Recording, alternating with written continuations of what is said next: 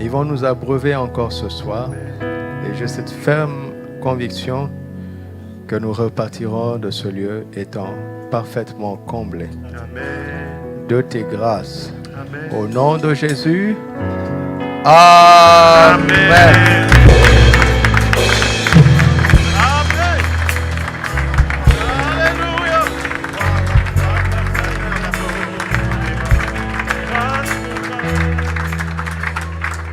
Gloire à Dieu. Alléluia. Hier, on s'est salué virilement. Ce soir, on se salue affectueusement. Il faut savoir faire les deux, n'est-ce pas? Il faut savoir être viril, il faut savoir être affectueux. Voilà. Ne soyez pas distants.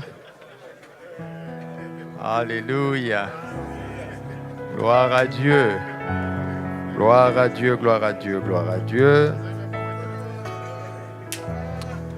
Amen.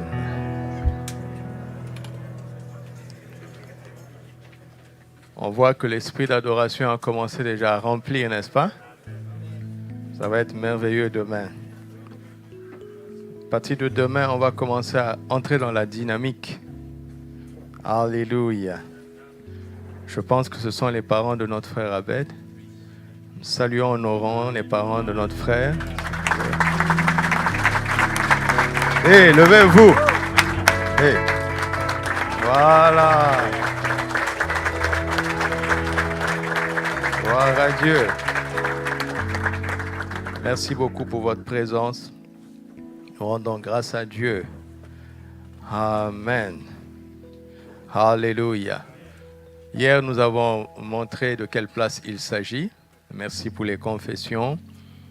Et notre premier sujet consistait à suivre la trajectoire de l'homme qu'on appelle Jésus. Dieu s'est fait homme et il se trouve qu'il est venu comme un enfant mâle avec E à la fin, un masculin.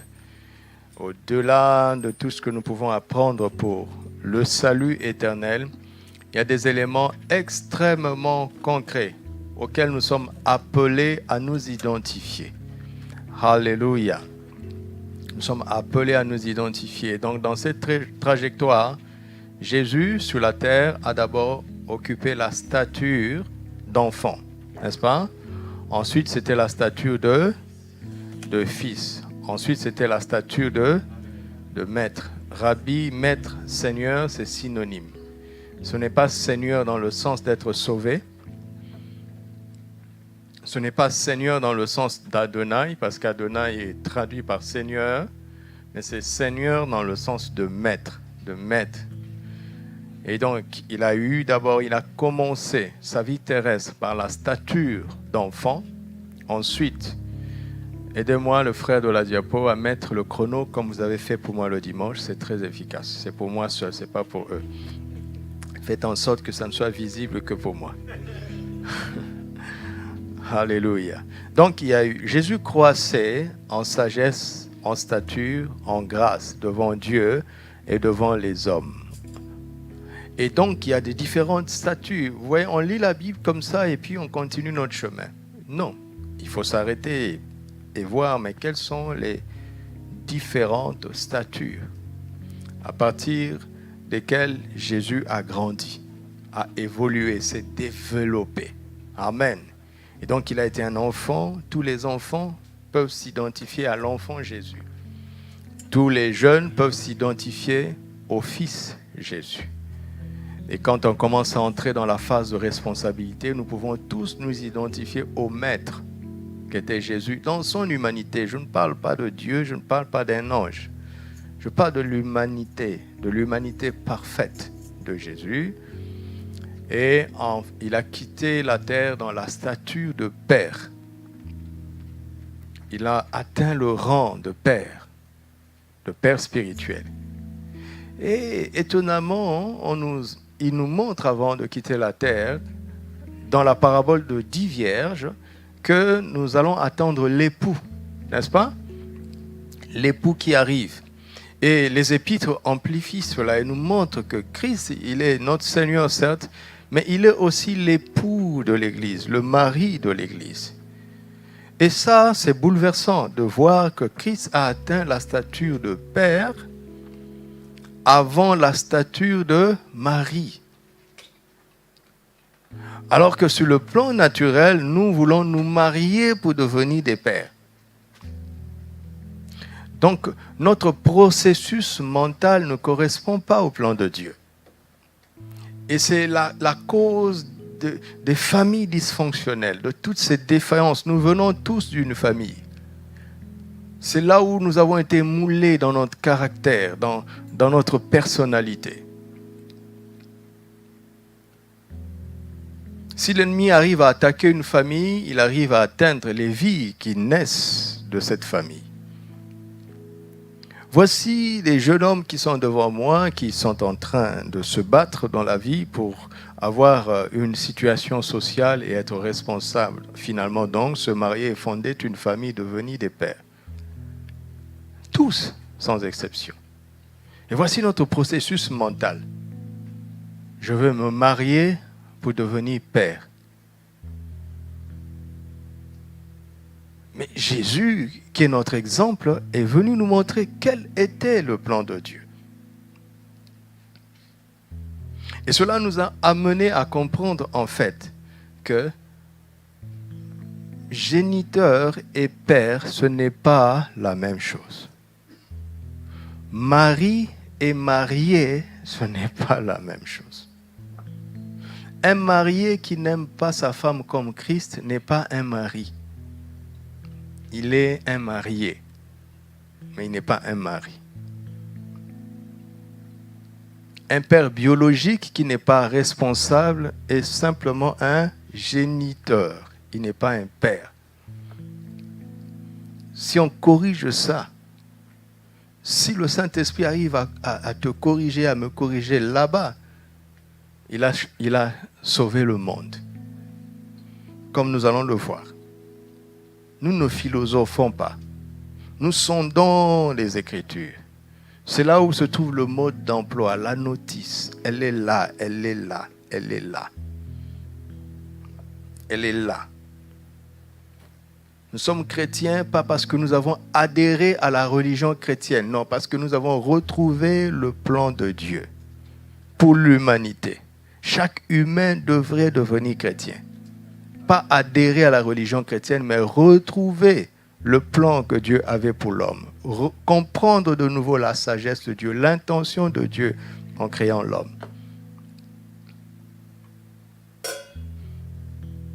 Toi qui n'es pas encore marié, tu as de l'avantage sur nous. Parce que tu comprends ces choses avant nous. Tu as de l'avantage. Et c'est une bénédiction pour nous si vous faites mieux que nous. Cela veut dire que nous sommes de bons aînés. Alléluia. C'est cela. Demain, comme c'est un jour férié, nous allons vraiment entrer, nous allons creuser demain. Mais aujourd'hui, je vais continuer à avancer un peu.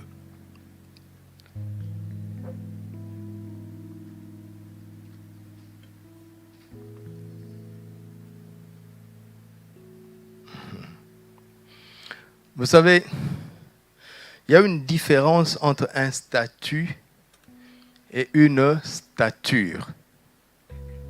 Vous comprenez? Ce qui a caractérisé Jésus, c'est sa croissance, entre autres, en stature. Le statut est statique. La stature est dynamique. Le statut ne grandit pas. C'est la stature qui grandit. Et géniteur et marié sont des statuts. État civil, état. Vous avez entendu, non? Faites attention au mot état. C'est quelque chose qui est statique. Une fois que tu es marié, c'est fait. Sur le plan civil, ton état, ton statut, c'est marié.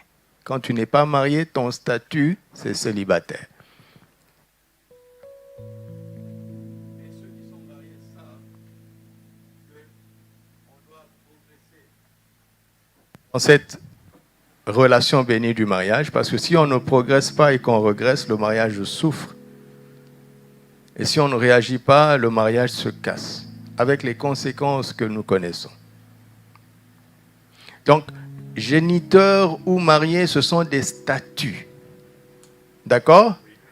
Père et mari sont des statures dans lesquelles on doit grandir.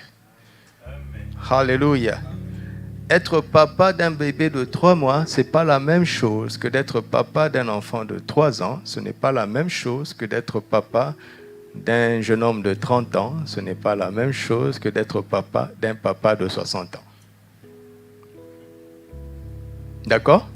Mais tu restes le géniteur du bébé de 3 mois, de 3 ans, de 30 ans. Tu es son géniteur. Même s'il vit 199 ans, c'est toi son géniteur. Ça ne change pas.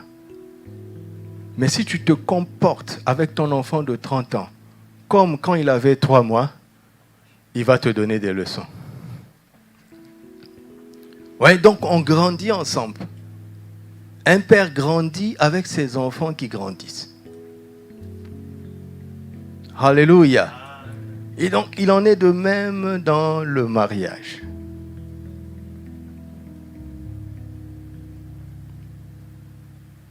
Tu ne dois pas être le même mari après 10 ans de mariage. Ah non, parce que ta femme a évolué.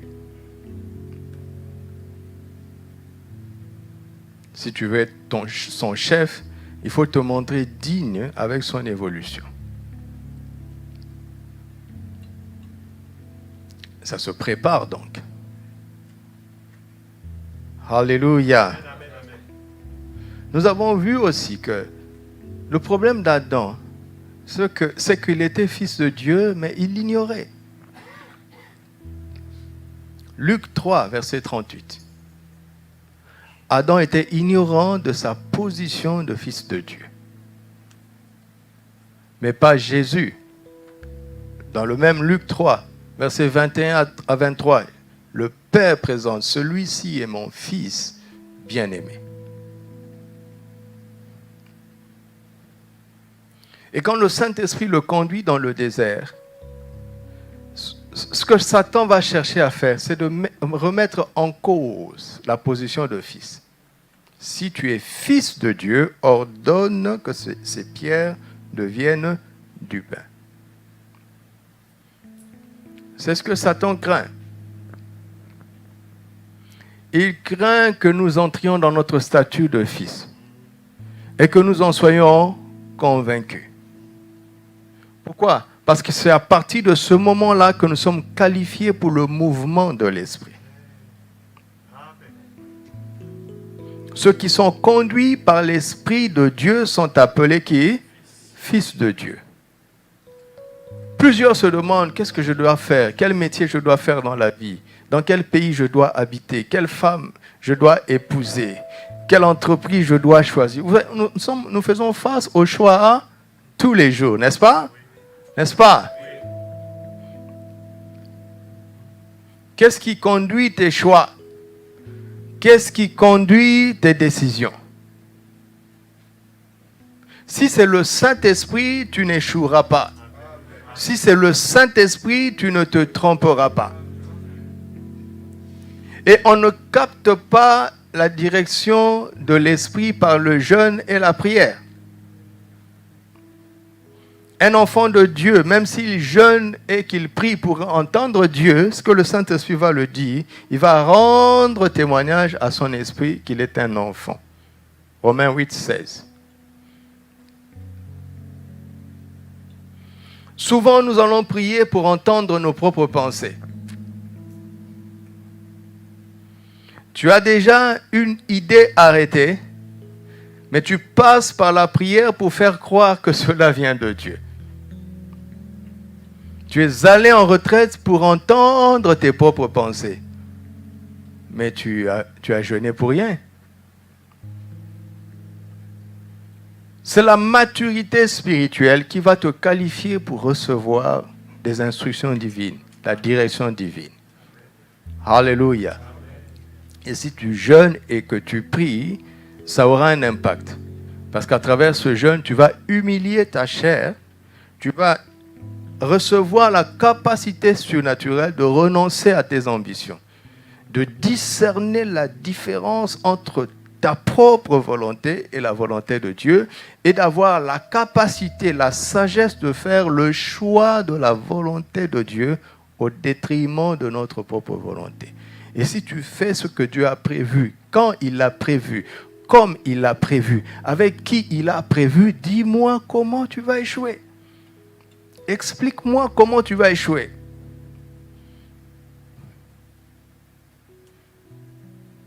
Les études sont des équipements, mais ils ne garantissent pas le succès. Mais les études sont très importantes. D'accord ? Le succès est dans la méditation et la mise en pratique de la parole de Dieu. Dans la direction de l'esprit. Alléluia.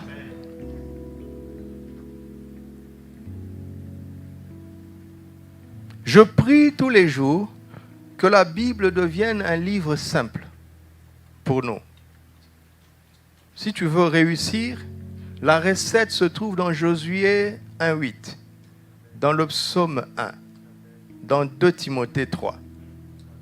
Il n'y a pas de théologie à faire. C'est là devant toi. Alléluia.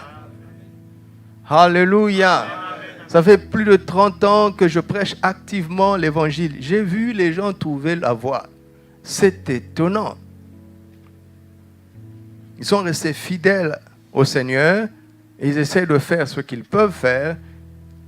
Et ils suivent les études qu'ils ont l'opportunité de suivre. Et les portes s'ouvrent comme ça, des orientations. Il y a des difficultés, il y a des obstacles. Mais quand tu observes, quand tu es pasteur comme moi, tu as l'opportunité de connaître les gens dans leurs difficultés, de prier avec eux et de voir comment Dieu, j'allais dire à notre niveau, comment Dieu se débrouille pour ouvrir des portes orientées. Et après tu regardes, tu dis waouh, 10 ans plus tard, mais mon petit, tu es devenu aussi père de famille. Toi là, tu as une maison, tu as une femme et des enfants. Toi là, comment tu t'es débrouillé pour arriver là-bas? Il a été éclairé de l'intérieur. Alléluia. Dieu ne peut pas nous tromper.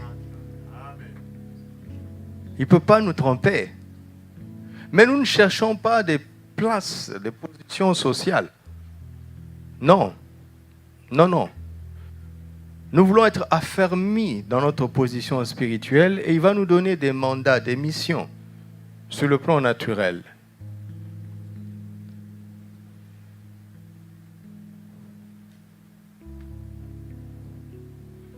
Par exemple, si tu choisis la mauvaise épouse, tu es foutu.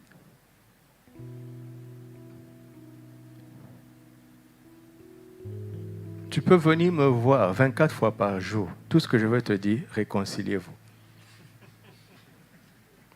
Le jour, c'est ce que je fais aux gens. Quand 2 chrétiens viennent me dire, nous avons décidé de divorcer, je leur dis, vous avez décidé de ne plus recourir à moi. Un pasteur n'accompagne pas les gens au divorce. Nous sommes incompétents pour ça. Il a dit que personne ne sait pas ce que Dieu a joint. Tu es venu, on t'a béni. Donc Dieu vous a joint. Je ne suis pas fou pour venir vous séparer, alors que Dieu vous a joint. Allez chez le maire, allez chez le juge. C'est son problème. S'il se permet de séparer ce que Dieu a joint, c'est son problème. Moi, je n'oserais pas, je ne suis pas fou. Donc, il faut être conduit vers la bonne épouse.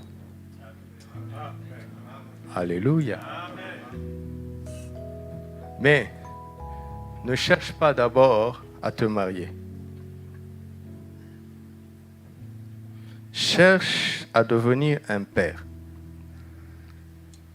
C'est-à-dire à progresser dans ta croissance spirituelle. Tu m'entends? On va le voir. Alors, vous savez, Le proverbe 25 dit que la gloire de Dieu, c'est de quoi? De cacher les choses. Et la gloire des rois, c'est quoi? C'est de les sonder. Dieu se plaît à cacher les choses afin que ceux qui vont se donner à les sonder deviennent des rois en les sondant. Parce que s'il cache vraiment, on ne va pas trouver. Mais il cache, il laisse des indices. Pourquoi? Parce que dans la quête, pour trouver ce que Dieu a caché, ce que nous ignorons, ce que notre royauté est en train de se développer. Vous m'entendez? Et donc quand nous sommes en train de sonder les Écritures, nous sommes en train de déclencher la gloire qui appartient au roi. Tu m'entends? Il faut donc, quand on constate les choses dans la parole de Dieu, il faut maintenant les sonder pour trouver les secrets qui s'y trouvent, la vie, la lumière qui s'y trouve. Quand tu t'intéresses légèrement à l'évangile, tu penses que Jésus est venu résoudre le problème du péché. Jusqu'à ce que tu lises. Romains 3 dit, tous ont péché et ils sont privés de quoi? De la gloire de Dieu. Donc le péché a induit un problème plus profond, la privation de quoi? De la gloire. Rien que Romains 3, 23 me montre que Jésus en fait est venu restaurer la gloire dont nous avons été privés à cause du péché. Le péché est juste une cause.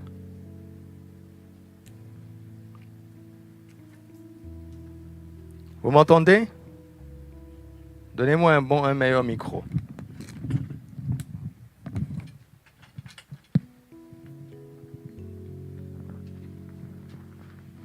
Lisons. Jean chapitre 1.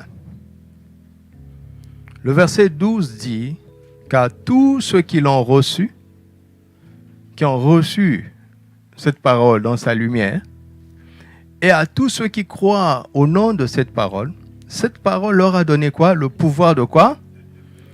De devenir enfants de Dieu.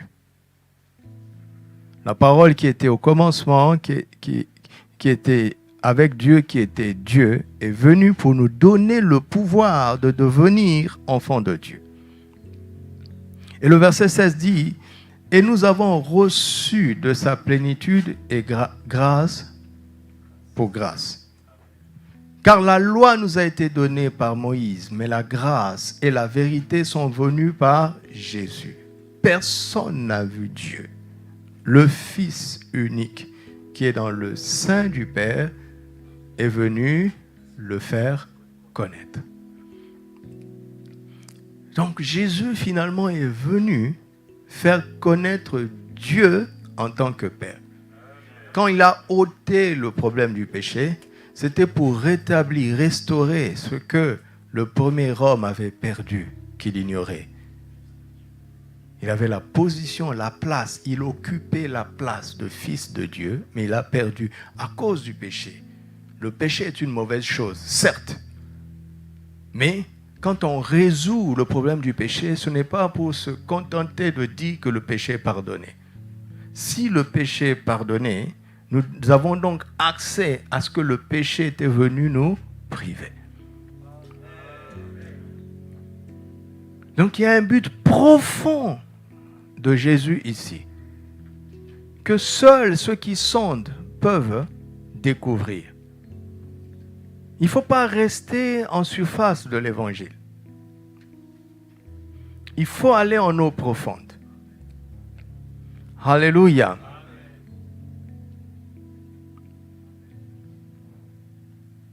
C'est pourquoi ce soir, je veux vous parler de combler le vide paternel. Ce que la chute a produit, c'est ce que j'appelle le vide paternel. Adam n'avait plus de père. Il n'avait plus de contact avec Dieu en tant que Père. Et avec lui, toute l'humanité a perdu ce contact avec la paternité de Dieu. Et il s'y trouve maintenant dans le cœur de chaque humain, homme ou femme, ce vide paternel que seul Jésus peut combler par la nouvelle naissance. Alléluia. Quand tu nais de nouveau, Dieu devient ton Père, exactement comme il est le Père de Jésus. Nous avons exactement la même relation, la même position que Christ. Si tu as 13 enfants, je te le souhaite. Celui qui veut peut saisir cette onction. Tu dois remplir la terre, non? Avec une seule femme. Hein? Avec une seule femme. Ton deuxième enfant n'est pas moins enfant que l'aîné. Ton 13e enfant n'est pas moins enfant que l'aîné. Ton 8e, tous ils sont tes enfants au même titre. Dans la faiblesse charnelle, je ne vais pas dire on, il y a certains parents qui ont une affection plus poussée envers l'un plutôt que l'autre. Ça ne change pas. L'expression ne change pas ta position. Tu m'entends? Toi qui es né de nouveau, tu dois savoir que tu es un enfant de Dieu, exactement comme Jésus. Dieu n'a pas le droit d'aimer Jésus plus que toi et moi. Il n'a pas le droit.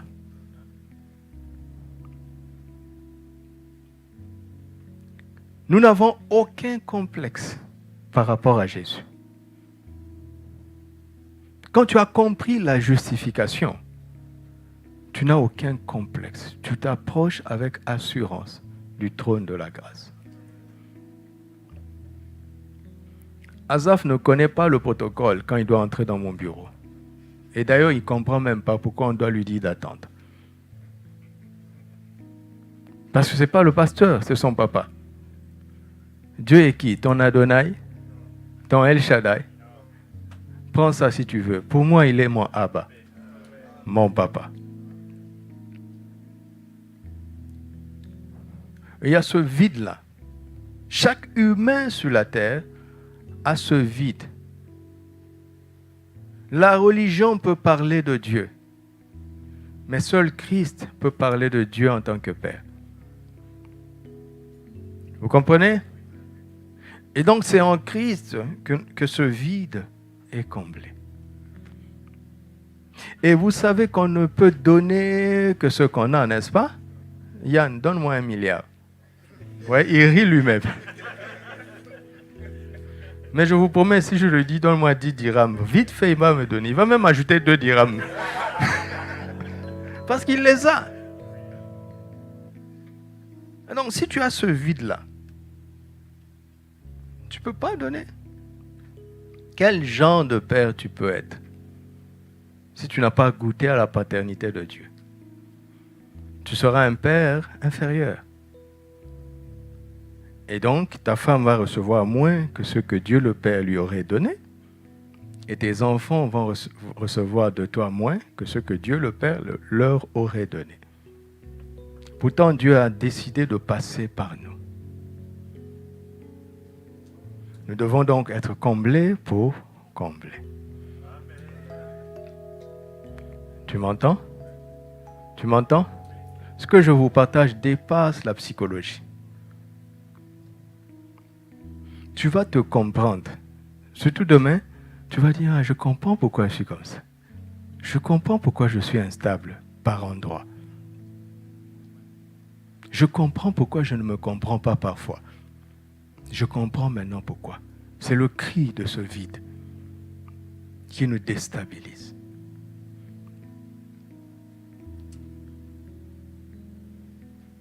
Et donc, Jean, en écrivant son évangile, il nous annonce, c'est lui qui a écrit, il nous annonce au verset 18 que Jésus est venu nous faire connaître Dieu en tant que Père. Si tu n'as pas compris l'intention de départ d'une lettre, tu vas passer à côté de son contenu. Et tu vas voir que tu vas relire l'évangile de Jean différemment. Nous sommes dans Jean chapitre 2, aux noces de Cana, n'est-ce pas? Le vin a manqué, n'est-ce pas? Où est le père qui a marié sa fille? Où est-il? Tu imagines le jour où tu vas donner ta fille en mariage. S'il y a un bug dans la fête, le maître de cérémonie ne recourt même pas à toi. Quel rôle tu joues ce jour-là? Tu es qui dans la fête? Un invité comme tout le monde? Tu vas accepter ça? Peut-être qu'il était mort. S'il est mort, ça s'explique. Mais qui était la figure paternelle ce jour-là? Qui a résolu le problème? Jésus, il a comblé le vide. Tu vois, tu commences à relire l'évangile différemment. Nous sommes dans Jean chapitre 3. Le grand Nicodème vient parler à Jésus. Jésus lui dit, ne te laisse pas impressionner par les miracles. À moins que tu ne naisses de nouveau, tu ne peux pas voir le royaume de Dieu. Écoute la question. Comment un homme peut-il naître de nouveau? Peut-il rentrer dans le sein de sa mère et naître? Où est le papa dans tout ça? Même si tu rentrais dans le sein de ta mère, si tu veux être reconçu, il faut que ta maman soit refécondée. Il faut un homme. Mais aucun homme n'est présent dans Jean 3, d'après Nicodème. Pas d'après Jésus. Tu comprends? Parce que par la nouvelle naissance, c'est Dieu qui est le Père. 1 Pierre, chapitre 1, verset 23 dit quoi? Puisque vous avez été quoi? Par quoi? Pas par une semence incorruptible. Ne faites pas le pieux ici. Vous savez ce que c'est que la semence, non? Hein? Vous le savez, oui ou non?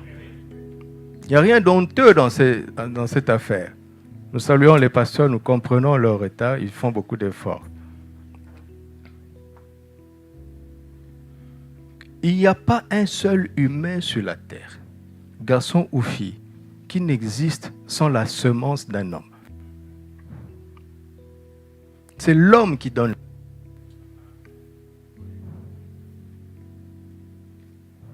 La femme présente son œuf que la semence de l'homme féconde. Donc Pierre vient nous révéler ici que quand nous naissons de nouveau, c'est la semence de Dieu. Et c'est quoi la semence de Dieu? C'est sa parole.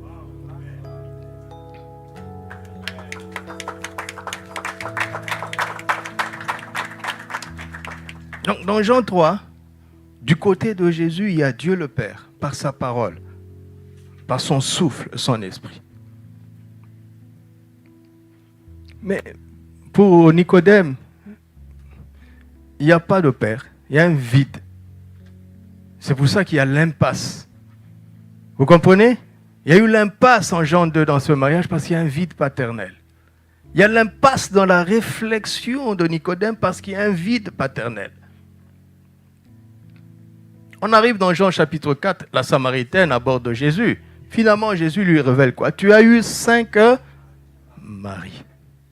Et celui avec lequel tu vis n'est pas ton mari. Il y a 6 hommes, 6 maris, irresponsables, qui n'étaient pas de père. Parce que, vous savez, on critique la femme samaritaine. S'il vous plaît, arrêtons de colporter les fausses interprétations de départ. Ce n'était pas une prostituée. 5 maris. Elle s'est mariée 5 fois. Elle n'était pas une prostituée. La Bible est honnête. Quand elle parle de femme adultère, la Bible pose les mots. Quand la Bible parle de prostituée, la Bible pose des mots. La Samaritaine n'était pas une prostituée. Et pour qu'une femme se marie 5 fois, elle doit avoir quelques vertus. N'est-ce pas? Elle a toujours trouvé un homme qui veuille l'épouser. Elle avait certainement des atouts. Ne me demandez pas lesquels, je ne sais pas. C'est très difficile à une femme divorcée de se remarier. Un seul divorce, elle est au garage. Mais celle-là, 5, comment expliquer? Même un seul veuvage. Supposons que les 5 maris soient morts. Quelqu'un l'épousait toujours. Qu'est-ce qui s'est passé avec cette dame? Elle avait quelques atouts.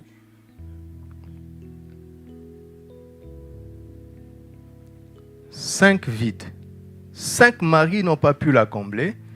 Et là, elle est dans une 6e relation, après 5 mariages,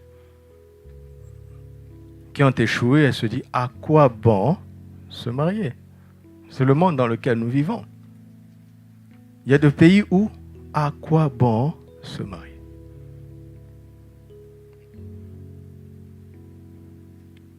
Alors, ils ont des compagnons. Il vient avec un homme, mais il ne se marie pas. C'est la femme samaritaine. Jusqu'à ce qu'elle rencontre le 7e homme, Jésus. Il a dit, si tu bois de l'eau que je te donne, tu n'auras plus soif, je vais te combler. Et il a comblé comment? Il dit, l'heure vient où elle est déjà venue, où les vrais adorateurs adoreront Yahvé. Adoreront qui? Elle a reconnecté avec le Père. Le vide paternel a été comblé. On arrive dans Jean 5. Il n'y a aucun vide paternel. Pourquoi? Parce qu'à partir du verset 18, Jésus parle de sa relation avec le Père. Là, il n'y a pas de vide. Il dit, le Fils ne fait que ce qu'il voit faire au Père. Il n'y a pas de vide dans Jean 5. On tombe dans Jean 6. Les gens sont venus entendre la parole, n'est-ce pas? Et après, ils n'avaient plus à manger. Où sont les pères prévoyants? Je sais comment tu réagis. Chaque homme allait dire à ta femme, et toi, il fallait prévoir le biberon. On a pris ça, on a laissé cette responsabilité aux mamans. La source, ce n'est pas une femme. La source, c'est l'homme. Regardez comment tu as été élevé socialement, culturellement. Cette responsabilité incombe aux mamans. Non, jamais. Jamais. Regardons le plan original. Quand la femme est venue, elle a tout trouvé. Adam était bien installé dans un jardin. Et aujourd'hui, il y a des hommes qui cherchent à entrer dans une telle famille. C'est-à-dire que lui, il a un vide et c'est une femme qui va le combler. Avec le patrimoine de son beau-père. On va te respecter comment? Ça, c'est un désordre. C'est un désordre. Où sont les pères prévoyants dans Jean 6? 0. Jésus a comblé ça. Il a multiplié le pain. Il a multiplié quoi? Il a multiplié quoi? Il a multiplié quoi? Mais comment il nous a demandé de prier? Donne-nous notre pain. On le demande à qui? À notre mère qui est au ciel. Tu demandes ça à ta mère? Tu demandes ça à la Vierge Marie? C'est la responsabilité du Père. La femme maintenant va multiplier ce que tu vas amener. Comme elle a multiplié ta semence, tu as donné une semence, elle t'a donné un bébé. C'est ça sa spécialité. Tu vas emmener 1000 dirhams. Tu sais, mes frères, pendant le célibat, tu vas être étonné. Tu as un salaire de 7000, tu fais rien avec. Quand tu te maries, tu deviens riche avec le même salaire. Et ils ont un miracle dans leur main. Une femme sage, elle sait multiplier. Elle va...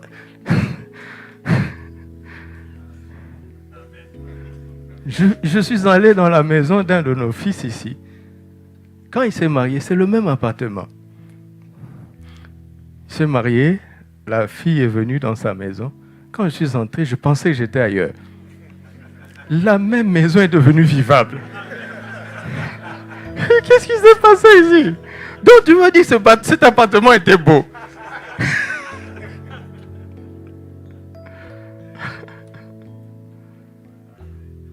Ça, c'est Jean 6. Jésus a comblé ça. N'est-ce pas? Qu'est-ce qu'il y a dans Jean 7? Dans Jean 7, les frères de Jésus sont présents. Il lui montre qu'il ne croit pas en lui. Où est papa? Où est papa pour dire respectez votre grand frère? Il n'est pas n'importe qui. Joseph n'est plus là. Jésus va se défendre tout seul.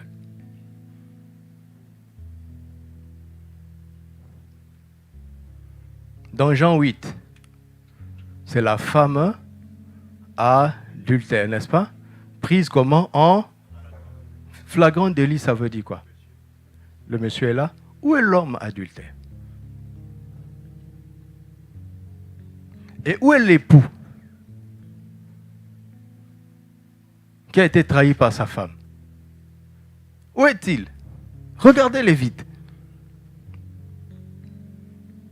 Jésus est venu, il a comblé le vide. Il est comme ça. Dans Jean 9, l'aveugle né, son papa a refusé de le défendre. Papa était vraiment présent. Mais il a peur de la synagogue. Il dit, demandez-lui lui-même. Mais c'est ton enfant, il est né aveugle. Tu es mieux placé pour attester ça que lui-même. Tu es conscient de tes premiers mois, de tes 3 premiers mois sur la terre? Hein? Si tes parents te racontent un récit qui est faux, tu vas le croire? N'est-ce pas? Si quelqu'un pouvait, s'il y a quelqu'un qui devait prouver que le jeune homme est né aveugle, c'est qui? C'est son père. Il a fermé sa bouche. Pas crainte des hommes. Et quand on l'a rejeté, Jésus est venu se présenter à lui. Et regardez l'enfant, il est déçu de son papa quelque part. Jésus a comblé ça. Alléluia. Dans Jean 10, Jésus assume, moi et le Père, nous sommes un. Le vide est comblé. Dans Jean 11, on parle de Marie, de Marthe et de Lazare. Où est papa? Les sœurs se débrouillent. Leur jeune frère est malade. Où est papa? Vous allez me dire, il était déjà mort. C'est possible, mais vous connaissez la vie. Il y a des papas irresponsables. Vous ne connaissez pas ça? Mais encore une fois, Jésus est venu combler le vide. Il a ressuscité Lazare, il a consolé Marie et Marthe. Tu peux faire la suite toi-même. Et donc tu relis l'évangile de Jean dans la perspective selon laquelle Jésus est venu faire connaître Dieu en tant que Père. Amen. Tu vois ça? Il est venu combler. Vous savez, comme je connais certaines vies ici, je ne veux pas donner d'exemple pour ne pas abuser des confidences. Mais tu te retrouves. Regardez, quand papa ne joue pas son rôle, on est déstabilisé. Mais n'accuse pas ton père. Ça remonte jusqu'à Adam. N'accusez pas rapidement les parents. Quand tu seras parent, tu vas comprendre. Tu vas devenir humble. Tu vas te rendre compte que ce n'est pas si simple que ça. Ce n'est pas si simple. Hein? Le jour où mon père m'a dit ce que son père lui avait dit au sujet du rôle d'un papa, je vous assure, mon père avait 19 sur 20. Mon père a extrêmement bien fait ce qu'on lui avait dit qu'un père devait faire. Pas grand-chose. On lui a dit, tes enfants, son papa lui disait, tes enfants doivent aller dans les meilleures écoles. On a été dans les tops écoles. Tes enfants ne doivent manquer de rien. On a manqué de rien. C'est tout. Mais il était absent. Mais il ne savait pas. À un moment donné, quand il vient là, papa, on veut, c'est-à-dire tu veux lui demander de l'affection, il met la main dans la poche, il te donne de l'argent. Et donc on s'est habitué à ça, on a eu maintenant une relation de demande. Je causais avec mon père quand j'avais un besoin. Si je n'ai pas de besoin, qu'est-ce qu'on va se dire? Et quand j'ai commencé à grandir, j'ai ressenti le vide. Si on n'a pas mis de mots sur cela, hein, parce que souvent on dit ben, les choses affectives, là, c'est pour les Blancs. C'est faux. Les Blancs sont comme nous. Nous avons tous les mêmes sentiments, les mêmes émotions, mais eux, ils se sont permis de les exprimer. Nous, on les garde en silence. Mon papa a commencé à me manquer. J'avais besoin de temps avec lui, mais je ne savais pas moi-même que j'avais besoin de temps avec lui parce que c'est un langage qui ne s'exprime pas. Et donc je ressentais de la colère, je ne comprenais pas pourquoi. Et comme mon père ne connaissait pas le Seigneur, et donc il avait quelques écarts, parce qu'il ne connaissait pas le Seigneur, et moi, comme j'ai connu le Seigneur, et j'ai commencé à découvrir des choses, je commettais la maladresse, j'étais insensé de comparer mon père avec les papas qui nous prêchaient du haut de la chair, jusqu'à ce que quand je suis devenu responsable, et que j'ai commencé à m'occuper de leurs enfants, je me suis rendu compte que ces gens qui nous donnaient la leçon du haut de la chair, certains étaient même pires que mon papa. Des hypocrites, des pharisiens. Et comme je vous ai dit que mon père est quelqu'un de naturellement humble, quand j'ai mûri et que j'ai compris qu'il faut que j'exprime mes frustrations avec respect, avec respect, avec respect. Et quand je lui ai parlé, mon père est resté calme. Il m'a dit, est-ce que tu sais que toi-même tu me manques aussi? C'est-à-dire qu'il a besoin de passer du temps avec moi. Il ne sait pas comment on fait ça. Il n'a pas eu ça. On donne que ce qu'on a. Mon père avait un chauffeur. Mais quand il termine le boulot, il dit au chauffeur de rentrer à la maison. Et il me dit de venir le chercher. Et on va par-ci, par-là. Et je m'ennuie. On n'a rien à se dire. Il cherchait à avoir du temps avec moi. Je ne comprenais pas. Je dis, mais tu es un chauffeur.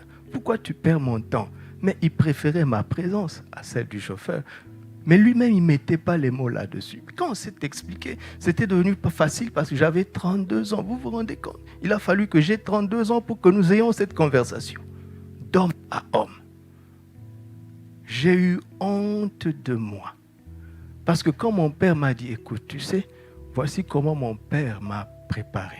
Il m'a dit, pour que tu sois père, il faut que tu fasses aussi. Quand il a dit ça, mon Dieu, mon père a 19 sur 20. Au ciel, nous serons étonnés. Parce que Dieu va te juger sur la base de ce que tu as appris, des informations que tu as eues. Mais là où il y a l'ignorance, il y aura des souffrances. Ça, c'est obligé. Et pourquoi nous devons refuser l'ignorance? Alléluia. Beaucoup de papas sont comme ça. Quand tu dis, mais papa, il dit, mais est-ce que vous manquez de quelque chose? Ce n'est pas des choses, c'est de toi. Tu nous manques. C'est toi qui nous manques. Mais regarde, ce n'est pas nous qui sommes allés chercher Dieu, c'est Dieu qui est revenu chercher les hommes. C'est le genre de papa qui court après ses enfants. Dieu est comme ça. Donc quand je te dis de devenir père avant de te marier, tu dois vaincre tout, comment on appelle ça? Tes timidités émotionnelles.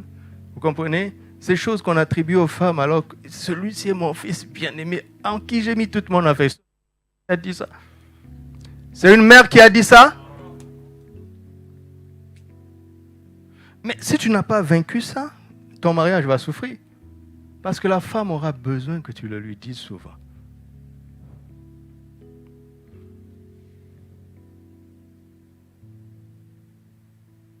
Ce n'est pas la psychologie que je fais. N'est-ce pas? Je suis dans la Bible là.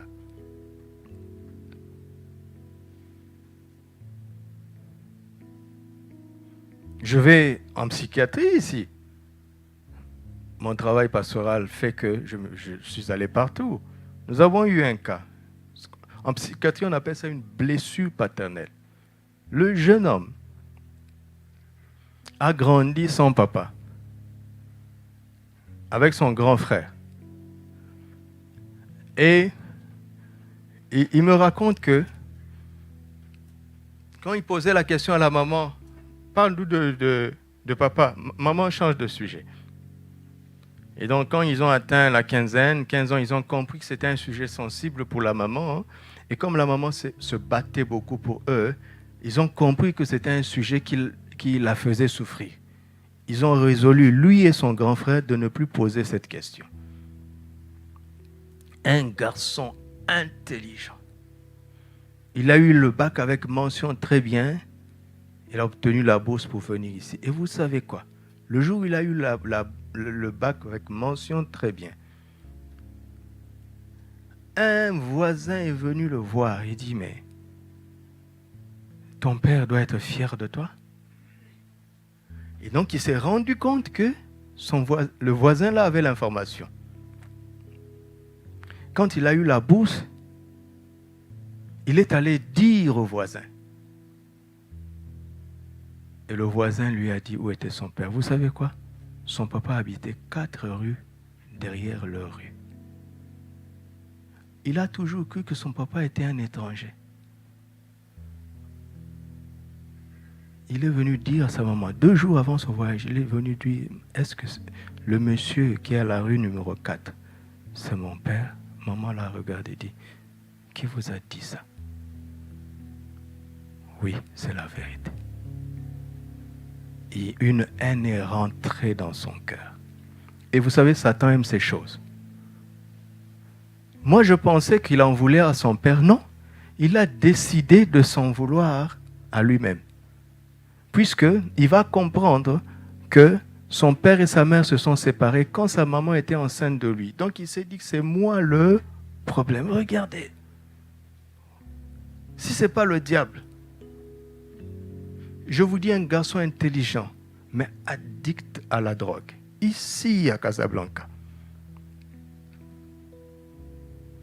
Pour vous faire court, il était au bord du précipice. Un jour, un de ses collègues est venu à l'église, il a reçu Jésus, j'ai parlé d'une certaine chose, il est venu me voir et dit, j'ai un ami, je pense qu'il a besoin d'entendre ce que tu dis. Est-ce que je peux l'amener? Je dis, emmène-le. Emmène-le à la maison, je ne sais pas ce qu'il m'a pris. Le gars est venu, je l'ai reçu à la maison, je lui ai présenté l'évangile, que Dieu est son père. Le gars est fort, costaud, mais il a pleuré comme un gamin. Et c'est là où il me raconte son histoire. J'ai dit, mais pourquoi tu as tiré cette conclusion-là? Bref, le garçon, quand l'envie de la drogue le prend, il bousille tout son argent, il bousille sa bourse. Maintenant, il vend tout ce qui lui reste. Et un jour, il ne lui restait que son téléphone. Alors, regardez ce qu'il a fait. Avant de vendre son téléphone, il a pris une feuille. Il a écrit mon numéro de téléphone. Il l'a mis dans sa poche. Il a vendu son téléphone pour la drogue. On m'appelle à 2 heures du matin. Je décroche. Monsieur le pasteur, c'est pasteur Lungu? J'ai dit oui. À 2 heures du matin, je me suis dit, qu'est-ce qui se passe? Il dit, nous sommes la police à Fès. Un étudiant à Casablanca. Est-ce que vous connaissez jeune homme tel? J'ai dit oui. J'ai dit, qu'est-ce qui se passe? Il dit, nous l'avons trouvé dans la rue à Fès, en plein hiver. Vous connaissez le froid de Fès? Dans la rue à 2 heures du matin. Overdosé de drogue. Il dit là, il est aux urgences parce que le froid. Je contacte l'ambassade. Et donc l'ambassade l'emmène en psychiatrie. Quand je pars le voir, il est stable parce qu'il était dans la zone dangereuse. En psychiatrie, il y a une zone où on attache les violents. Quand je pars, il cesse d'être violent. Alors, le psychiatre en chef, les infirmiers lui ont dit, il y a un monsieur qui vient ici. Quand il vient, il est stable. J'allais tous les dimanches après le culte. Donc, le psychiatre est allé le voir. Il dit, c'est qui vient te voir, qui te stabilise? Il dit, c'est un pasteur. Donc, le psychiatre a cru que je travaille à l'Institut Pasteur. Vous comprenez? Ah donc, le psychiatre lui a dit, mais c'est quand la prochaine fois? Il dit, il viendra le dimanche. Ce n'est pas son jour de service. Mais le psychiatre lui a dit, je vais l'attendre. Je suis arrivé, je parlais avec le jeune homme.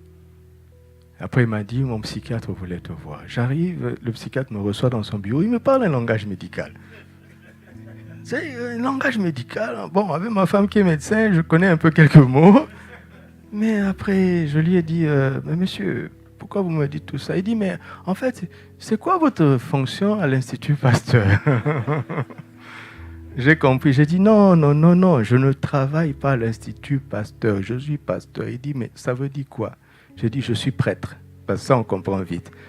Il était déçu. Et après, il me pose la question, mais où est-ce que tu as appris la psychiatrie? Vous comprenez? Le psychiatre en chef qui me demande où est-ce que... Non, je dis, c'est pas la psychiatrie, c'est la parole de Dieu. Bon, là, il a banalisé, hein, parce qu'il n'a pas voulu croire. Mais il a des résultats, oui ou non? Il y a des résultats. Tu ne peux pas fuir ça. Tu comprends? Il ne faut pas fuir ce vide-là. Ça va te rattraper. Je ne fais pas la cure d'âme. C'est un mot auquel je ne crois pas. Il n'appartient pas à un humain de curer l'âme de l'autre. Les psychiatres font l'hypnose. Ils contournent ta raison. Ils vont sonder tes entrailles. Tu vas dire des choses. Tu vas révéler des secrets que tu n'as pas décidé de dire. Non. Se confier veut dire quoi? Je décide que je veux livrer un aspect de ma vie. On n'a pas le droit d'outrepasser ta volonté. L'hypnose outrepasse ta volonté. D'accord? Donc, je ne crois pas à la cure d'âme. S'il y a quelqu'un qui y croit, je ne lui donne aucune leçon. Moi, je n'y crois pas parce que je pense, c'est un autre pasteur aussi, on l'accueille, merci beaucoup. Mais quand même, il est un fait que le vide doit être comblé. Si tu as eu ce vide-là avec tes parents, tu auras ce vide avec tes enfants. Tu auras ce vide avec ta femme.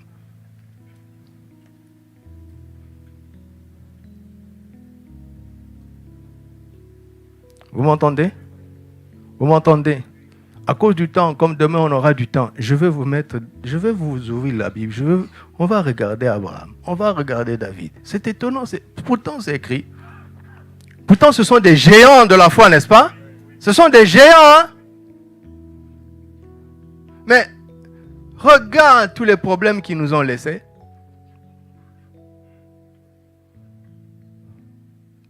Regardez, n'ajoute pas ton nom à la liste de ces géants bancals. Tu m'entends? Est-ce que tu m'entends? Qui a déjà entendu cette phrase qui dit « La nature a horreur du vide ». Vous avez déjà entendu ça? Qu'en est-il spirituellement? Parce que ceux qui ont tiré cette conclusion naturellement sont arrivés à cette conclusion après des observations. Ne critiquez pas les scientifiques rapidement, tu vas avoir la honte de ta vie. Ils ont des preuves en laboratoire. Qu'en est-il spirituellement? Est-ce que le spirituel tolère le vide, oui ou non? Répondez. Sur quelle base vous dites ça? Vous appuyez sur quoi? Voilà. Vous êtes exactement comme moi. C'était ma première réponse. Vous êtes exactement comme moi. La première allusion du vide se trouve au commencement de la Bible. Affiche. Verset 1. Au commencement, Dieu créa les cieux et la terre. La terre était informe et vide. N'est-ce pas? Le vide est là. Et on dit quoi? Il y avait des ténèbres où? À la surface. Les ténèbres ne connaissent pas la profondeur. Les ténèbres opèrent toujours en surface. Ils soignent les apparences. Ils font du maquillage. Mais l'Esprit de Dieu se mouvait au-dessus des eaux. Et Dieu dit que la lumière soit, et la lumière fut. Et quand Dieu commence à parler, vous allez voir, il y a un mot qui sort, remplissez. Remplissez, n'est-ce pas? Vous connaissez Genèse 1, non? Il dit remplissez. Remplissez. Parce qu'il ne veut pas de vide. Tu m'entends? Et après, 1 Samuel 16, quand David a été oint, je pense à partir du verset 13, 1 Samuel 16, Samuel prit la corne d'huile éloigné au milieu de ses frères. L'Esprit de l'Éternel saisit David à partir de ce jour et dans la suite. Samuel se leva et s'en alla à Rama.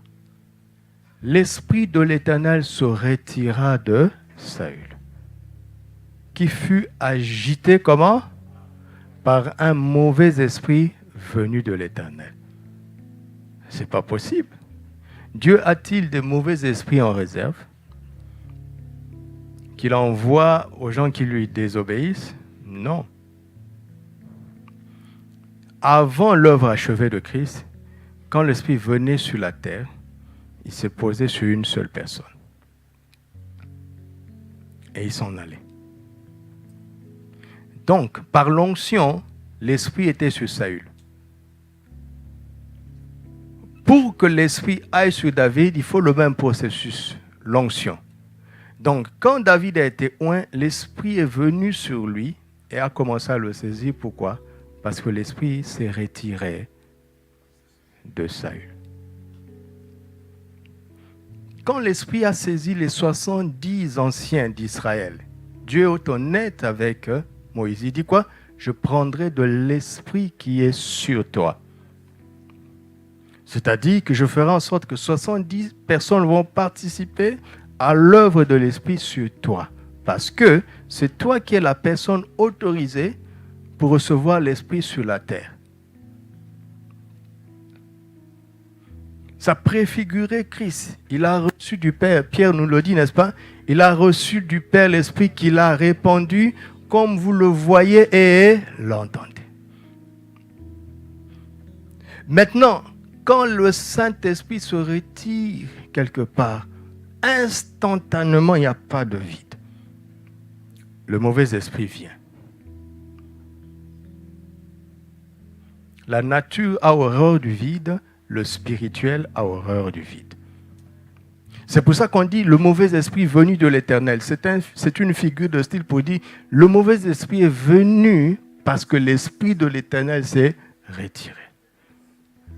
Quelle est ta mentalité chrétienne? Est-ce que tu es conscient de l'Esprit de Dieu, de l'œuvre de l'Esprit, ou bien tu es conscient de démons? Si tu es conscient de l'œuvre de l'Esprit, évidemment que tu auras la victoire sur les démons. Quand il y a un problème, moi, ma réflexion, c'est je ne cherche pas à savoir qu'est-ce que les démons font. Je cherche à savoir qu'est-ce que l'Esprit fait ou bien qu'est-ce que l'Esprit a cessé de faire. Parce que c'est parce que l'Esprit a cessé de faire qu'un démon agit. Donc mon ministère, c'est envers l'Esprit. Ce n'est pas un ministère de délivrance envers les démons. Mais c'est envers l'Esprit. Mais attention, attention! La sorcellerie existe, les démons existent, je chasse les démons. Je chasse le démon par le doigt de Dieu. Je chasse le démon par l'Esprit de Dieu.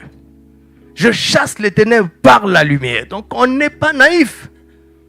On n'est pas naïf. Mais nous avons appris à regarder une bouteille à moitié pleine, pas à moitié vide. C'est le même scénario. Mais ton mental peut être quelqu'un à moitié plein ou bien à moitié vide. Quand tu seras marié, ta femme aura un mauvais comportement un jour. Mais ne te fâche pas. Elle n'est pas comme ça d'habitude. Pourquoi aujourd'hui, elle réagit mal? Elle n'est pas comme ça. Si tu me dis, mais elle est toujours comme ça, je dis, mais c'est toi qui l'as choisie. Tu sais qu'elle n'était pas comme ça, c'est pour ça que tu l'as choisie. Dites Amen. Mais un jour, il y a un incident. Donc, au lieu de réfléchir sur l'incident, réfléchis plutôt pourquoi elle n'est pas dans son état habituel. Qu'est-ce qui a manqué avec le Saint-Esprit pour que l'esprit de trouble agisse? Et vous irez plus vite comme ça. Est-ce que tu comprends ce que j'essaie de dire? Alors on en vient à notre texte dans Matthieu 12, où il dit, lorsque un esprit est chassé. Matthieu 12,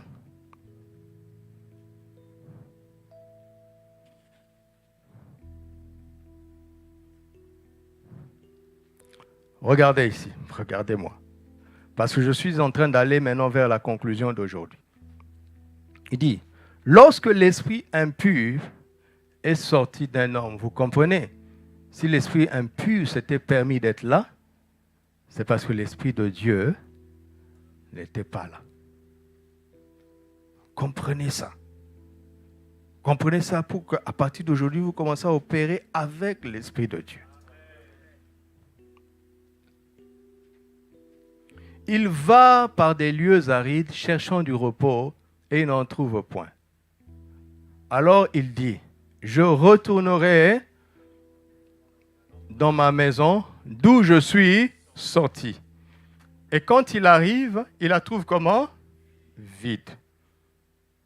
Balayée et ornée. La maison est ornée. Hein? Vous avez vu le mot? Si la maison est ornée, elle ne peut pas être vide. Une maison balayée peut être vide. Est-ce que je vous parle?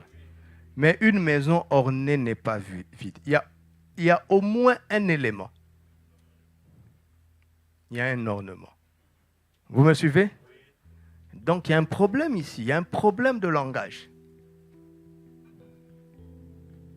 Balayé, orné. C'est-à-dire qu'il y a eu une œuvre superficielle. C'est-à-dire qu'apparemment c'est propre, apparemment c'est décoré. C'est le processus de ténèbres comme ça. Les ténèbres n'agissent qu'en surface. Et quand on dit les ténèbres, on ne dit pas l'obscurité. Et vous pouvez aller dans un château rempli de ténèbres, mais c'est le meilleur endroit où vous aimerez dormir. Parce que c'est tellement beau, ce n'est que des ornements. C'est propre, c'est balayé, c'est en surface. Ça reste vide, vide de l'Esprit de Dieu. Vide, je vais vous montrer les éléments qui remplissent là. Je vais vous montrer de quel vide il s'agit. Mais regardez, vous êtes en train de me suivre? Une maison ornée, par définition, n'est pas vide. Elle n'est pas vide. Une maison balayée peut être vide. Elle est propre mais vide. Mais une maison, dès qu'on dit ornée, elle n'est pas vide. Il y a au moins un élément de décoration. Mais Jésus dit, elle est vide. Regardez toutes ces choses que vous admirez. Je suis entré dans une maison. Le gars nous a appelés pour prier. Il dit, tout dans sa maison lui parle. Une belle maison, le genre de maison que tu aimerais avoir, le genre d'équipement que tu aimerais avoir. Il entend des voix, mais c'est des biens mal acquis. Il a tué des gens. Son ornement repose sur du sang. Le sang a une voix, allez demander à Caïn. Un problème de conscience. Aujourd'hui, il y a des chrétiens qui n'ont peut-être pas tué, mais ils participent à la corruption du pays. Tu as une fonction.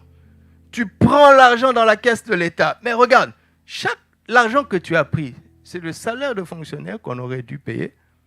Et on ne les a pas payés. Et le fonctionnaire, son enfant était malade.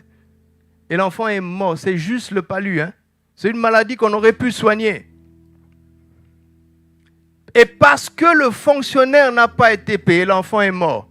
Le sang de cet enfant crie. Et nous, on va dire, oui, le président, le gouvernement. Non, le gouvernement, c'est une trentaine de personnes. Le président, c'est une personne. Mais dans le système, est-ce que tu ne participes pas dans le système? La voix de ce sang crie. Tu auras un problème de conscience.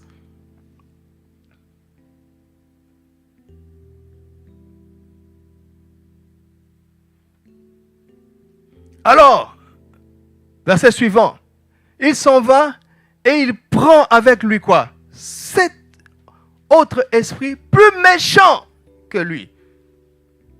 Il entre dans la maison. Écoutez-moi s'il vous plaît. Il sait qu'il n'y aura pas de combat. La maison est vide. Il aurait dû rentrer tout seul. N'est-ce pas? Et jouir de cet endroit seul. Il n'y a pas d'adversité. Mais pourquoi il prend cet autre esprit plus méchant que lui? Pourquoi il fait ça? Est-ce que vous me suivez? Pourquoi il fait ça?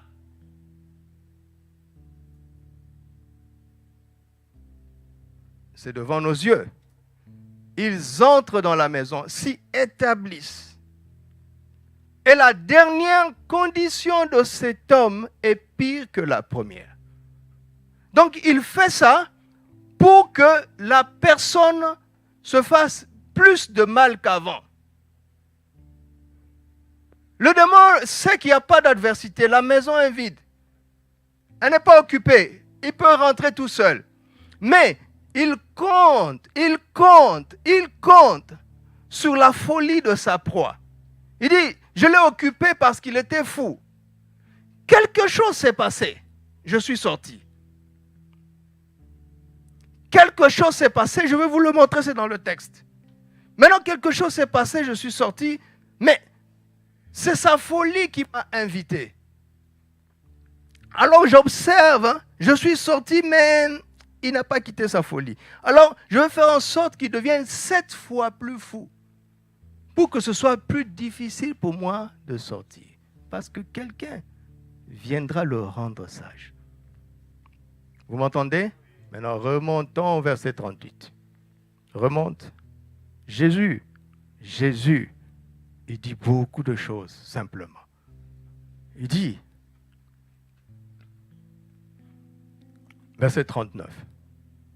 Il leur répondit, une génération méchante et adultère demande un miracle. Il ne lui sera donné d'autre miracle que celui du prophète Jonas. Écoutez, car de même que Jonas fut 3 jours et 3 nuits dans le ventre d'un grand poisson, de même le Fils de l'homme sera 3 jours et 3 nuits dans le sein de la terre. Il parle de l'œuvre de la croix et de 3 jours d'ensevelissement et de la résurrection. Jésus parle de la croix. Il continue. Les hommes de Ninive se lèveront au jour du jugement avec cette génération et la condamneront parce qu'ils, le mot-clé ici c'est quoi? La repentance. À la prédication de Jonas, et voici il y a ici plus que Jonas. Continuons. La reine du Midi se lèvera au jour du jugement avec cette génération et la condamnera parce qu'elle vint des extrémités de la terre pour entendre quoi? Et voici il y a ici plus que Salomon. Hein? Lorsqu'un esprit impur, on retrouve notre sujet. Donc, qu'est-ce qui a fait que l'esprit a quitté la maison? C'est la repentance et la sagesse.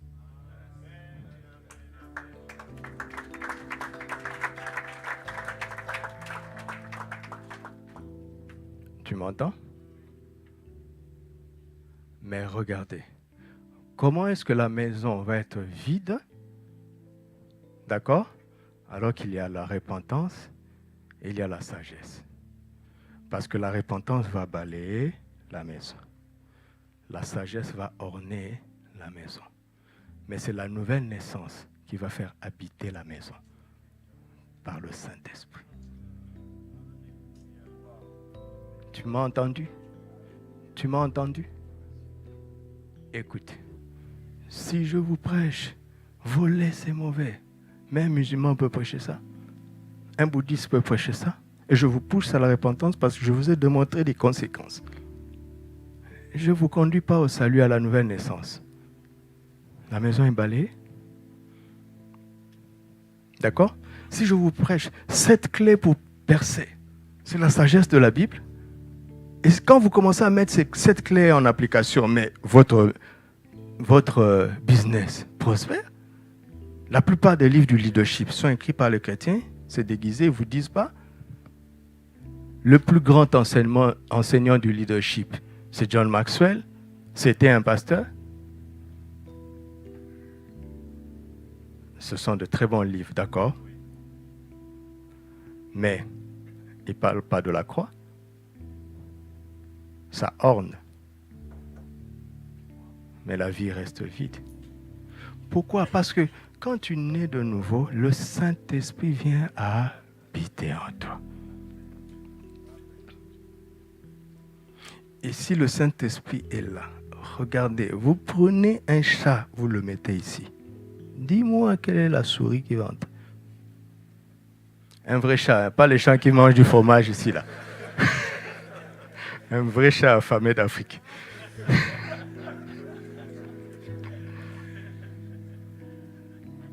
La nouvelle naissance est extraordinaire. Jean-Baptiste prêchait le baptême de la repentance, n'est-ce pas? Jésus a prêché la repentance, mais il dit repentez-vous et croyez. Il y a une nuance. Il y a une repentance qui emmène à la foi et qui accueille la sagesse. Donc, balayage, remplissage, ornement. On orne une maison remplie. Si tu ornes une maison vide, le démon n'a pas peur, parce qu'il sait qu'il va rentrer facilement. Mais il veut que sa proie devienne 7 fois plus folle, n'est-ce pas? Pour qu'elle résiste prochainement à l'évangile. Regardez, quand on est dans le témoignage, les gens le plus durs, c'est ceux qui connaissent. N'est-ce pas? Ils connaissent, hein? Ils ne connaissent pas. C'est pour ça que nous devons être précis dans le message. Vous m'entendez? Ne balayez pas les gens, simplement. Ne les ornez pas. Ça, c'est l'évangile d'aujourd'hui, là. L'évangile moderne. Je disais au pasteur que j'étais dans un pays dernièrement et je suivais une chaîne chrétienne. Je me suis amusé. Si tu coupes le son et que tu regardes le clip, tu ne sais pas que c'est chrétien. Ils sont habillés comme les gens du monde. Tu vois vraiment que leur référentiel, c'est Hollywood, les Grammy Awards. C'est ça leur référentiel. Mais bon, ils mettent juste Jésus dedans, un peu de mots d'évangile dedans. Ça, c'est l'ornement. Ça ne transpire pas la crainte de Dieu. Ça ne transpire pas le royaume. Ça ne transpire pas la croix. Très peu chantent le sang. Regardez les chants d'aujourd'hui. Le sang.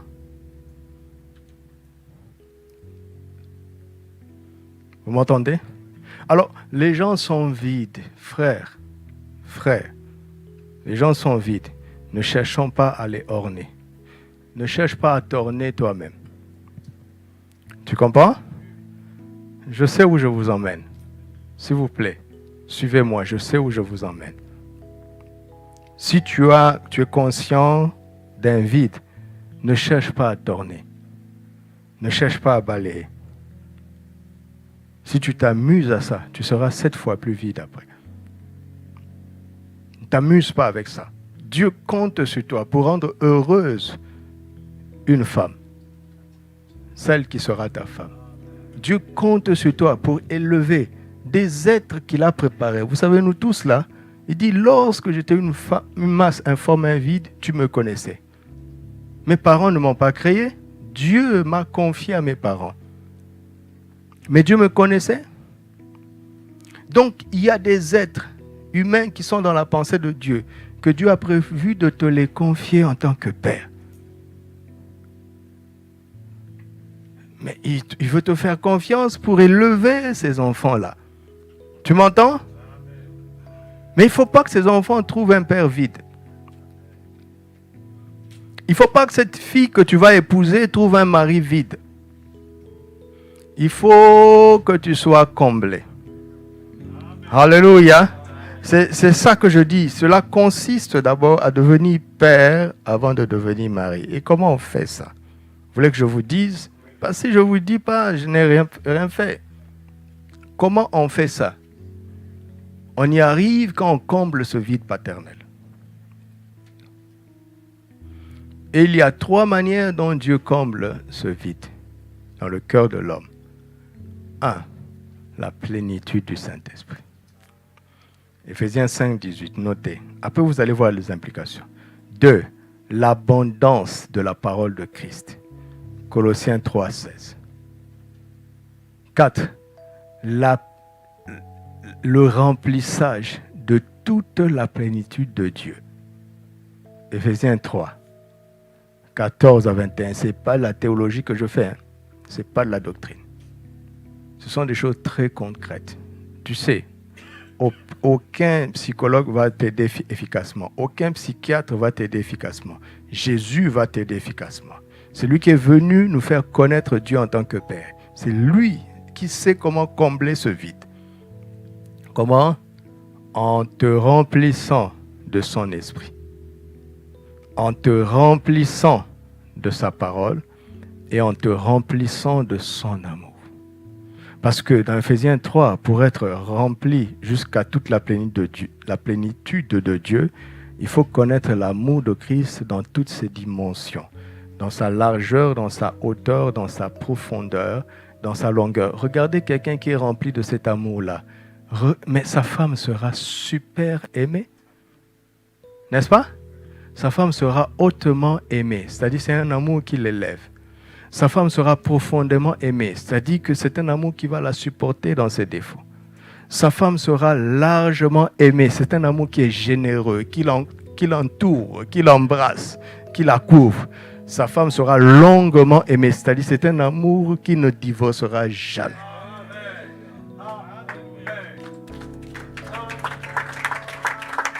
Tu comprends ça? Tu comprends ça? Maintenant, pour vous montrer que ce n'est pas simplement de la doctrine, regardons. Commençons dans Ephésiens 5, verset 18. On va lire, le temps est passé, pour que vous voyez avec moi. Il dit, ne vous enivrez pas de vin, c'est de la débauche. Soyez au contraire remplis du Saint-Esprit. Ça, c'est ce qu'on cherche dans les réunions pentecôtistes, n'est-ce pas? On cherche ça dans les réunions pentecôtistes. Je suis comme vous. Et quand les gens sont remplis, commencent à parler en langue et ils tombent, on est content et l'homme de Dieu se sent puissant. Après on dit bye bye, au revoir, on a eu une belle réunion, Dieu a agi. Non, c'était pas ça le but. C'était pas ça le but. C'est devenu un jeu charismatique. C'était pas ça le but.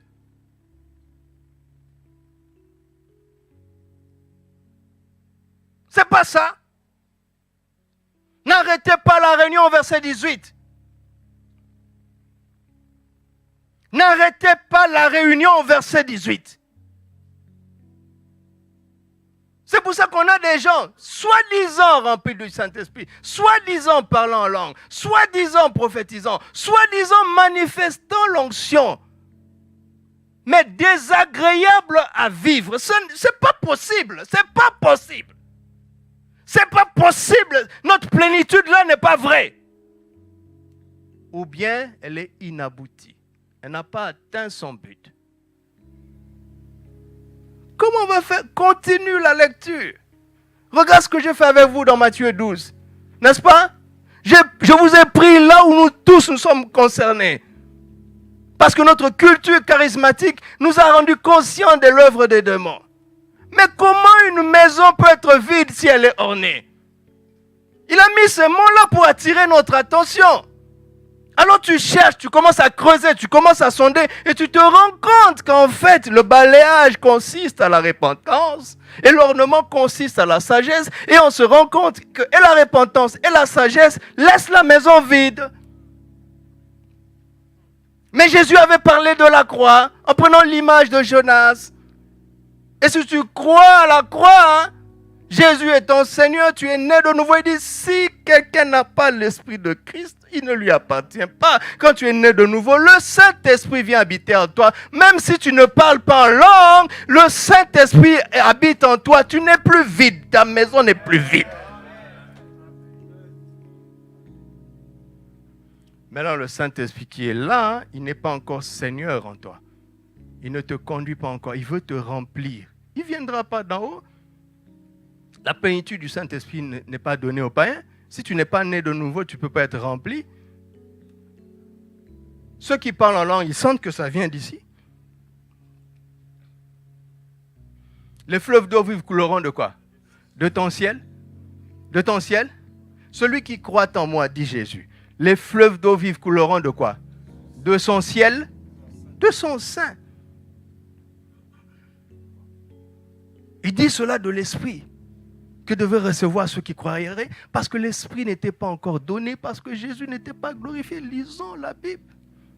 Lisons ça. Si on pouvait relire la Bible, ça va beaucoup nous aider. Alors revenons dans Ephésiens 5, 18. Je vais m'arrêter ici. Après, on va continuer dans la plénitude de Colossiens 3 et d'Éphésiens 3 après. Il dit, entretenez-vous.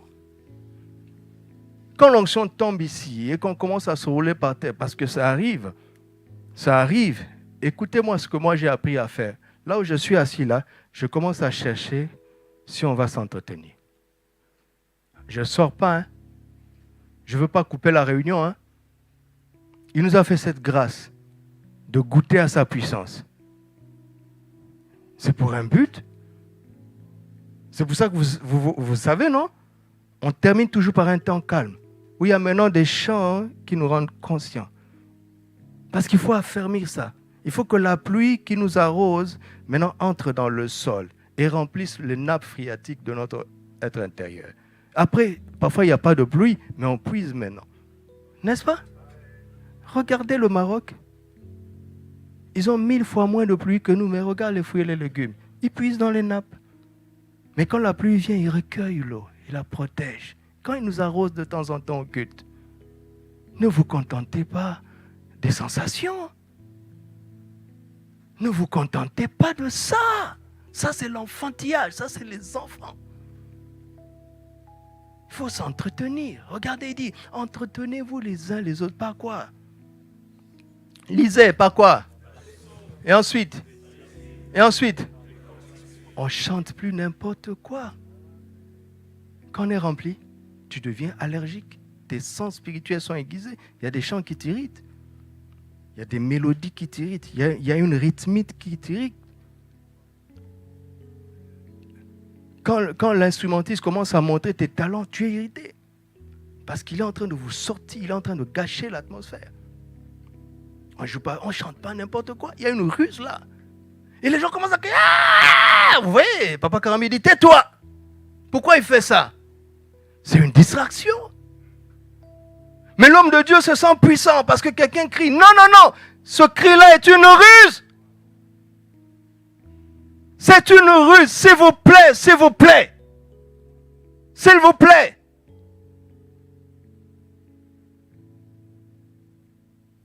C'est une ruse. Calme-toi. Continue de recevoir.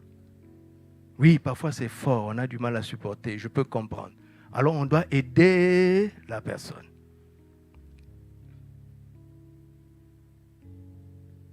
Et là, les psaumes, vous comprenez? Il a commencé par les psaumes, c'est les chants écrits, c'est l'écriture. L'écriture. Les hymnes, maintenant, c'est l'écriture chantée de manière solennelle. Et puis les cantiques spirituels, ce n'est pas vraiment l'écriture.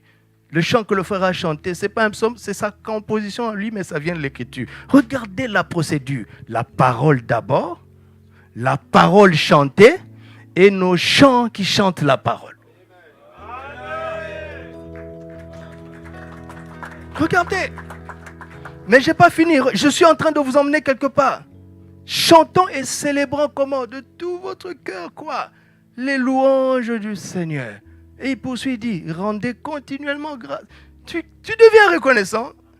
Quand tu es venu au culte, tu étais conscient des manques.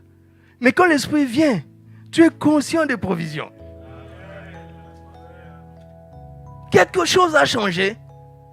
Le monde t'a poussé à voir ce que tu manques. L'Esprit vient te pousser à voir ce que tu as déjà.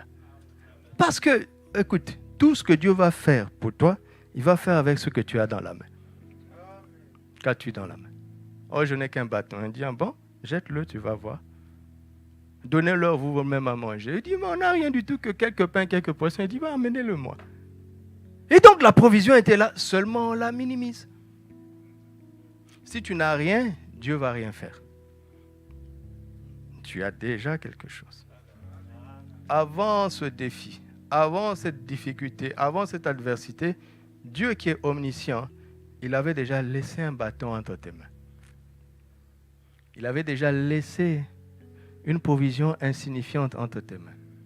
C'est avec ça qu'il va travailler dans l'esprit d'action de grâce. Rendez continuellement grâce pour toutes choses à Dieu le Père. Au nom de notre Seigneur Jésus-Christ, regardez, vous soumettant. Quand les gens sont remplis du Saint-Esprit, je ne vous dis pas d'être obéissant. Essayez de désobéir. Le Saint-Esprit va vous remettre à l'ordre. Le pasteur cesse d'être un gourou qui terrorise les gens. On ne touche pas, au loin. Mais nous tous, nous sommes au loin. Mais tu es pasteur, attention, on respecte les pasteurs. Mais le pasteur n'est pas quelqu'un qui s'impose. Écoute, si quelqu'un désobéit à Dieu, il ne va pas m'obéir. S'il désobéit à Dieu et qu'il m'obéit, il veut me rouler. Je ne suis pas bête. Non? Ne soyons pas insensés. Il y a une crainte que l'Esprit met dans les cœurs. Il répand la terreur. Celui qui le fait, non. C'est ça notre problème. Les charismatiques, on s'arrête ici, les évangéliques. Pourtant, ce n'est pas fini. Et comme la Bible a mis des paragraphes, il n'y avait pas ça dans la lettre. Verset suivant. Femmes, soyez soumises à qui? Mais c'est facile pour la femme, parce que déjà, en étant rempli du Saint-Esprit, on se soumet les uns les autres. Son mari fait partie de ceux à qui elle était soumise. Donc, l'onction de soumission dans l'Église par la plénitude du Saint-Esprit continue dans la maison. Une femme remplie du Saint-Esprit va être soumise à son mari. Vous me suivez? Comme au Seigneur, continuons.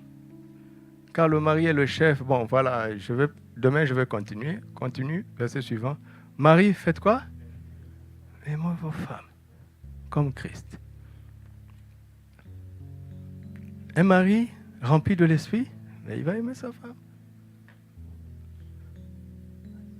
Et on continue, chapitre 6, enfant, obéissez. Un enfant rempli de l'Esprit, il va faire quoi?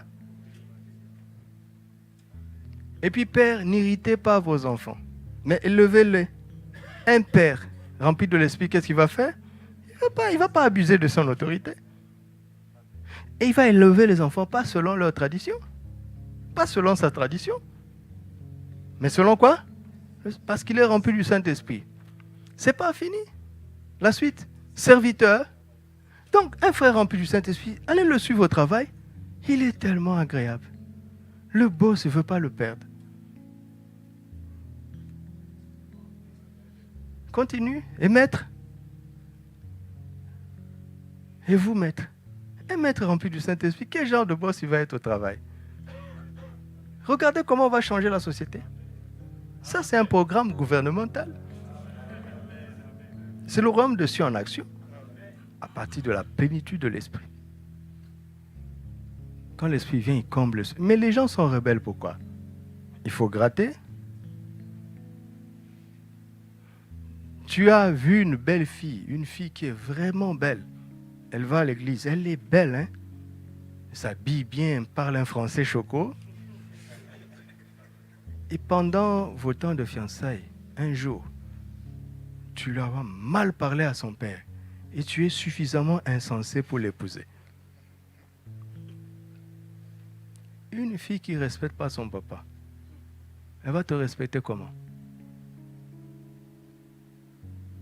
Et la sœur voit un jeune homme vraiment qui respire, soi-disant spirituel, il respire l'avenir. Il méprise ses sœurs. Il est condescendant. C'est les filles qui doivent travailler. Lui, c'est un garçon. Lui, c'est l'héritier. Et tu es suffisamment folle pour l'épouser. Quel genre de mari va être? Il ne respecte pas sa mère. Il ne respecte pas ses sœurs. Et tu penses qu'il va te respecter, soi-disant parce qu'il t'aime?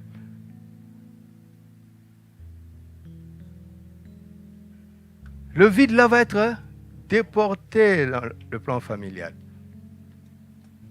Et dans le plan familial, le vide va être transporté dans le travail. Et dans le travail, le vide va être transporté dans la société. Dites-moi, quel est le gouvernement du monde qui peut résoudre ce problème? Personne. Il faut que Dieu lui-même vienne habiter dans le cœur par son esprit et qu'il nous remplisse et qu'il nous dépouille de toutes ces rébellions, de toutes ces colères, de toutes ces animosités. Tu as compris? Et quand je continue demain, je veux voir qu'est-ce que la plénitude de la parole apporte. Qu'est-ce que la plénitude de l'amour apporte. Tu deviens un homme stable, un mari stable, un père stable, qui va faire une épouse heureuse, stable, des enfants bien élevés, stables, on a aidé la société. C'est l'Église qui est la lumière du monde, le sel de la terre. Vous avez compris? Donc, n'arrête plus ton expérience de la plénitude du Saint-Esprit au verset 18. Vous avez vu notre erreur? C'est vraiment l'Esprit qui nous saisit. Mais on ne lui permet pas d'aller jusqu'au bout de la raison pour laquelle il a été envoyé. Tu m'as entendu? Est-ce que tu m'as entendu? Et on va continuer demain par la grâce de Dieu. Rendons grâce à Dieu simplement. On va s'arrêter là. Rends grâce à Dieu. Pasteur Manuel va venir nous aider à rendre grâce à Dieu. Et on va